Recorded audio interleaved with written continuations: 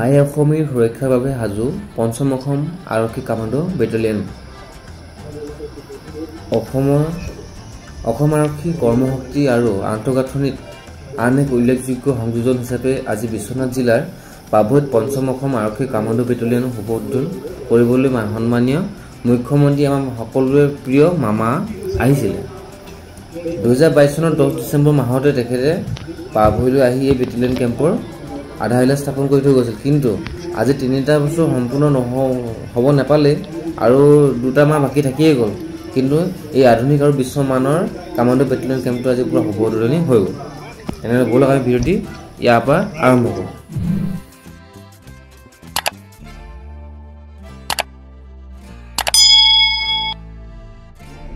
আপোনালোকে দেখা পাইছে ধুনীয়াকৈ আমি আহিছিলোঁ 5 আছাম কামাণ্ডো বেটেলিয়ন কেম্প আজি যি ইনগ্ৰেশ্যন আছিলে আৰু ইয়াৰ মুখ্য অতিথি হিচাপে আহিছিলে আমাৰ অসমৰ মাননীয় মুখ্যমন্ত্ৰী মহোদয়, লগতে সাংসদ আমাৰ তেজপুৰ লোকসভাৰ সমষ্টি সাংসদ ডাঙৰীয়া তেখেত আহিছিলে আৰু আছে DGP ছাৰ আছে আৰু অন্যান্য এনেকুৱা আমোলা বিষয়া বহুত আছে। ইমানটো নাজানো বাৰু কোন কোন আছে বাৰু। যি নহওক কেম্পাছটো বহুত ধুনীয়া, এটা ভাল লগা এটা হেৰি মানে পৰিৱেশটো বহুত ধুনীয়া ইয়াতে। কিন্তু বেয়া কথা হ'ল কি আহি পাওঁতে বৰষুণ দি আছিলে আৰু বৰষুণ দিয়া থকাৰ কাৰণে মানুহখিনি অলপমান কষ্ট হ'ল।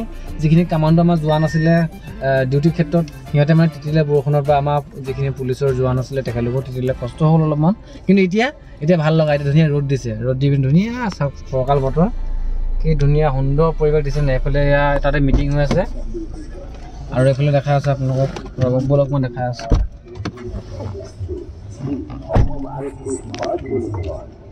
এইফালে এখন আমাৰ বৰা গাড়ী ধুনীয়াকৈ, সেইফালে MLA ছাৰৰ গাড়ী আছে। ঐ হ'ব দিয়া ধুনীয়া। আৰু এইফালে চাওক, এইটো গ্ৰাউণ্ড ট্ৰেকটো, ইয়াতে ধুনীয়াকৈ হেলিপেডো আছে লগত। আৰু এইফালে কি ধুনীয়া এটা পৰিৱেশ চাওক। আৰু এইবোৰ নলা চলাবোৰ বনোৱা আছিলে, যিটো ষ্টাইল চাওক। বৰষুণ দিছিলে যে পানীখিনি আহি আছিলে, কি ধুনীয়াকৈ বনাইছে। আমাৰ এই অসম পুলিচত নতুনকৈ সংযোজন, এয়া ভাল লগা। আৰু এইফালে আমাৰ মুখ্যমন্ত্ৰী মহোদয় আহি পোৱাৰ আগত আমাৰ মানে কিছু গাড়ীসমূহ ধুনীয়াকৈ চেকিং কৰিছিলে একাধিক্ৰমে। তো আৰু গোটেই গাড়ীখিনি একাধিক্ৰমে কোনখন কেনেকৈ হ'ব কাৰ্কেটটো সজাইছে, মানে এটা লাইন এটা যিটো চিজিল কৰে তাত কেইখন গাড়ী থাকিব, কাকা থাকিব, এটা বস্তু ডিটেইল থাকে। তেনেকৈ ধুনীয়াকৈ সজাই পজাই লোৱা হ'ল। আৰু আহিব মানে হেলিকপ্টাৰত আহিব মামা, আহি পিনি আমাৰ ইয়াতে লেণ্ড কৰিব, যি হেলিপেড বনাই থোৱা আছে ধুনীয়াকৈ। তাৰ কাৰণে আমি গোটেইখিনি আগ্ৰহে বাট চাই আছোঁ, মামা আহিব বুলি আশাৰে বাট চাই আছোঁ। আৰু বতৰটো ইয়াত ধুনীয়া বতৰ, মানে ৰ'দ দি আছে, ফৰকাল বতৰ। যোৱা ৰাতিলৈকে বৰষুণ দি আছিলে, বৰষুণ দিয়াৰ কাৰণে অকণমান জিলা প্ৰশাসনৰ হওক বা মানে বিশেষ আয়োজকসকলৰ অকণমান অসুবিধা হৈছিলে। বৰষুণ দিলে মানে মানুহখিনি, যিসকল মানুহ আহিব মিটিঙলৈ, যথেষ্ট কষ্ট হ'ব, কিবা হ'ব বুলি। আৰু ফাইনেলি ৰ'দ দিলে ভাল লাগিছে এতিয়া কাৰণে, তো ৰ'দ দিয়াৰ কাৰণে। তো দেখিছে আপোনালোকে গোটেইখিনি আমাৰ বহুত ডাঙৰ মানুহ গাড়ী এইবোৰ ৰখি আছে ধুনীয়াকৈ। আৰু এখন এম্বুলেঞ্চ যাব দেখিছে। আপোনালোকে কোনে কোনে এনেকুৱা কাৰ্কেটৰ ভিতৰত গাড়ী চলাই পাইছে বা আগে পিছে দেখা পাইছে কাৰ্কেটসমূহ জনাবচোন। আৰু এইফালে ফাইনেলি আমাৰ মামা আহি পালেহি, হেলিকপ্টাৰ দেখিছে ধুনীয়াকৈ চাওক, আহি গ'ল মামা। এইটো খুব মানে এটা ভাল লগা এটা সময় আমাৰ কাৰণে। চাওক আহি গ'ল। ভাবিছোঁ অসম পুলিচৰ আমাৰ ৰিজাল্টৰ বিষয়ে ওপৰত কিবা ক'ব চাগে মামা শেষলৈকে মিটিঙত। চাবচোন দেই, মই দেখা যাওঁ আপোনালোকক। তো এইয়া চাওক কি ধুনীয়াকৈ লেণ্ড কৰিছে। আৰু এইটো জেগাত কোনো মানে হেৰি নাই, অকল আমাৰ মানুহখিনিহে, প্ৰশাসনৰ মানুহখিনি বা মন্ত্ৰী বিধায়কসকলহে আছে ইয়াত, বেলেগ তেনেকৈ কোনো মানুহ নাই। আৰু সিহঁতি গম নাপায় আচলতে ইয়াত যে হেলিকপ্টাৰ এনেকৈ লেণ্ড কৰিব বুলি, নহ'লে পুৰা গেদাৰিং হৈ থাকে, ভিৰ হৈ থাকে। এটা ভাল হয় যেনিবা। আৰু এতিয়া তাৰপৰা ওলাই আহিব, চাব দেই, মই ধুনীয়াকৈ দেখাম। আৰু আমি এইফালে ৰখি দিছোঁ মানে দোকানত, মানুহবিলাক হাবি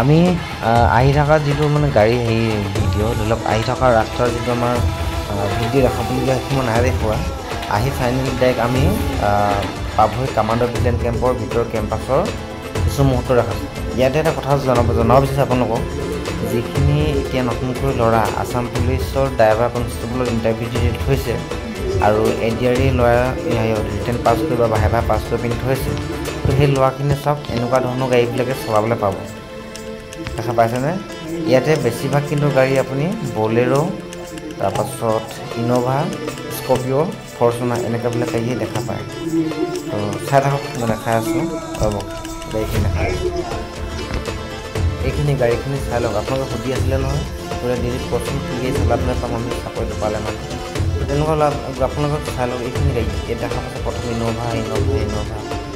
ইন'ভা তাৰপিছত স্কৰ্পিঅ' আছে আৰু সেই পাইলটৰ স্কৰ্পিঅ' কাম কৰা বলেৰো গাড়ী আছে বাছ ইমানে অন্যান্য বেলেগ ধৰণৰ গাড়ী নাই আগত যেনিবা টেম্পাৰ যোৱাখন বেলেগ আপোনাৰ ফৰ্চুনাৰ নাপালে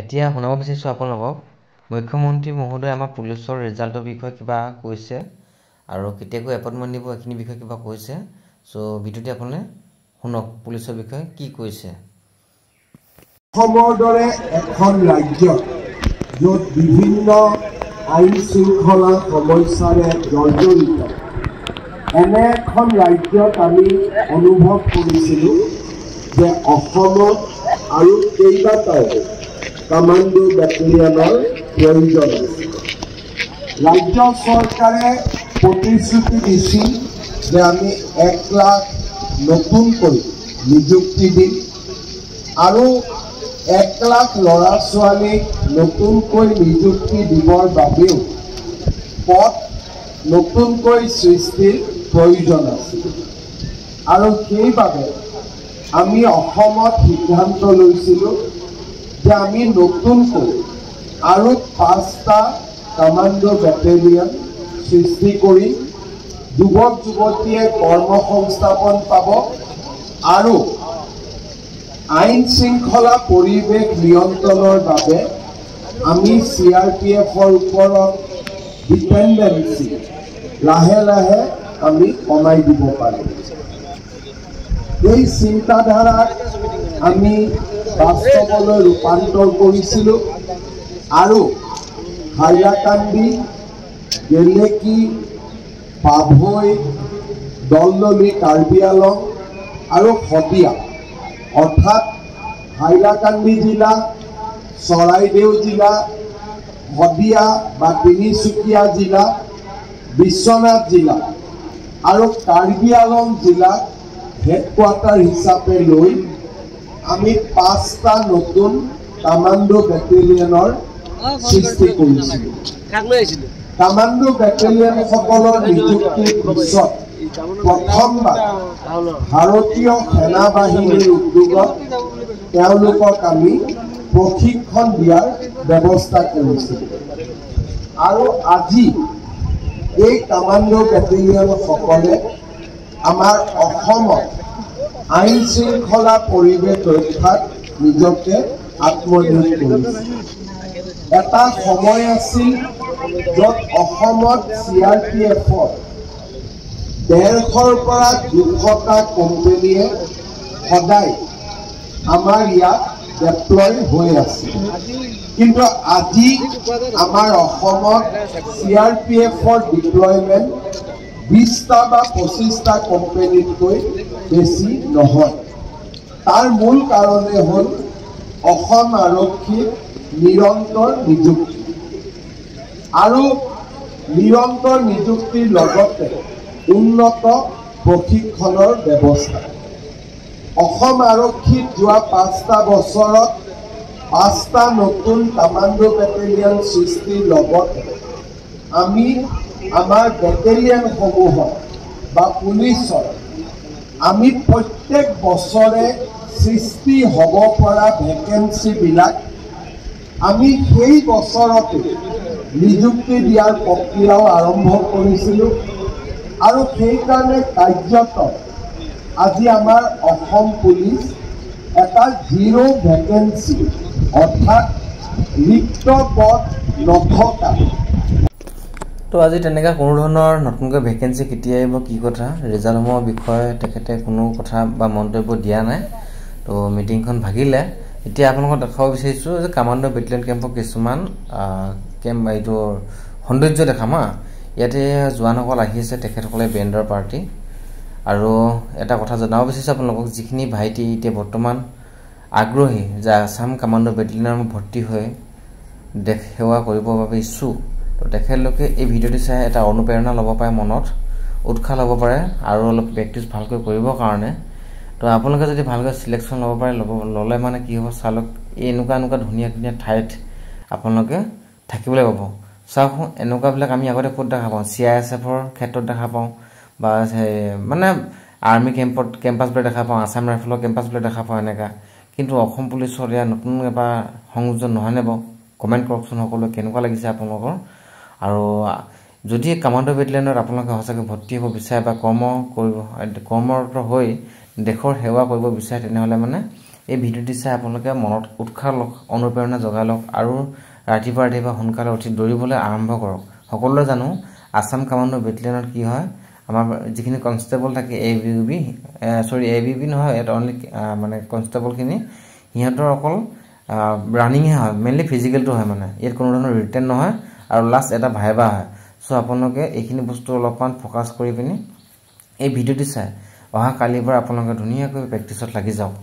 কিয়নো নৱেম্বৰ মাহত আমি শুনিব পাই আছোঁ যে নতুনকৈ আৰু ভেকেঞ্চি মুকলি হ'ব বেছিকৈ নহ'লেওতো আহিবতো ভেকেঞ্চি। চ' তাত আপোনালোকে কেনেবাকৈ মুঠতে হেৰিয়ত ভৰ্তি হ'ব পৰাকৈ আপোনালোকে নিজকে যোগ্য কৰি তুলিবলৈ দিনে ৰাতিয়ে পুৰা কষ্ট কৰিবলৈ আৰম্ভ কৰি যাওক। এতিয়া যাওঁ বোলক আমি অফিচ অফ দ্য কামাণ্ডেণ্ট অৰ্থাৎ আমাৰ যি কামাণ্ডেণ্ট ছাৰৰ অফিচ ৰুম আছে কাৰ্যালয় তালৈ যাওঁ বোলক আৰু তাৰ ভিতৰ চোৱা অলপমান আপোনালোকক দেখাবলৈ মই চেষ্টা কৰিছোঁ।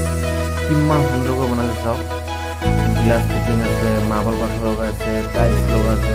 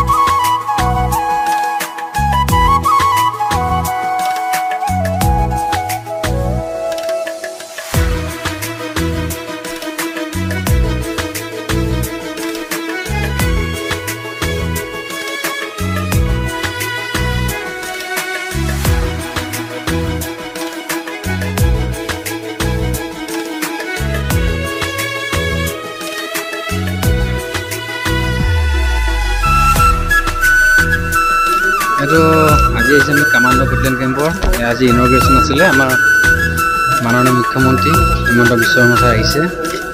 চ' আপোনালোক কেম্পাছটো অলপমান দেখাটো ধুনীয়াকৈ চাই লওক ধুনীয়াকৈ এটা পৰিৱেশ আজি আহি পিনি প্ৰথম পাওঁতে বৰষুণ আৰু এতিয়া তৎক্ষণাত ৰ'দ গতিকে এটা বহুত ধুনীয়া পৰিৱেশটো ওলাই পৰিছে।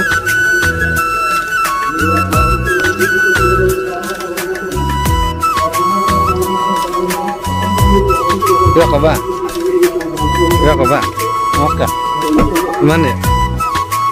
আৰু এটা কথা আপোনাক জনাওঁ এই কেম্পাছটোৰ ভিতৰতে ATM আছে বিচনাযুক্ত মেডিকেল আছে স্কুল আছে আৰু বহুত সুবিধাজনক, বহুত ধুনীয়া এটা সুবিধা থকা মানে সুবিধাজনক বস্তুটো।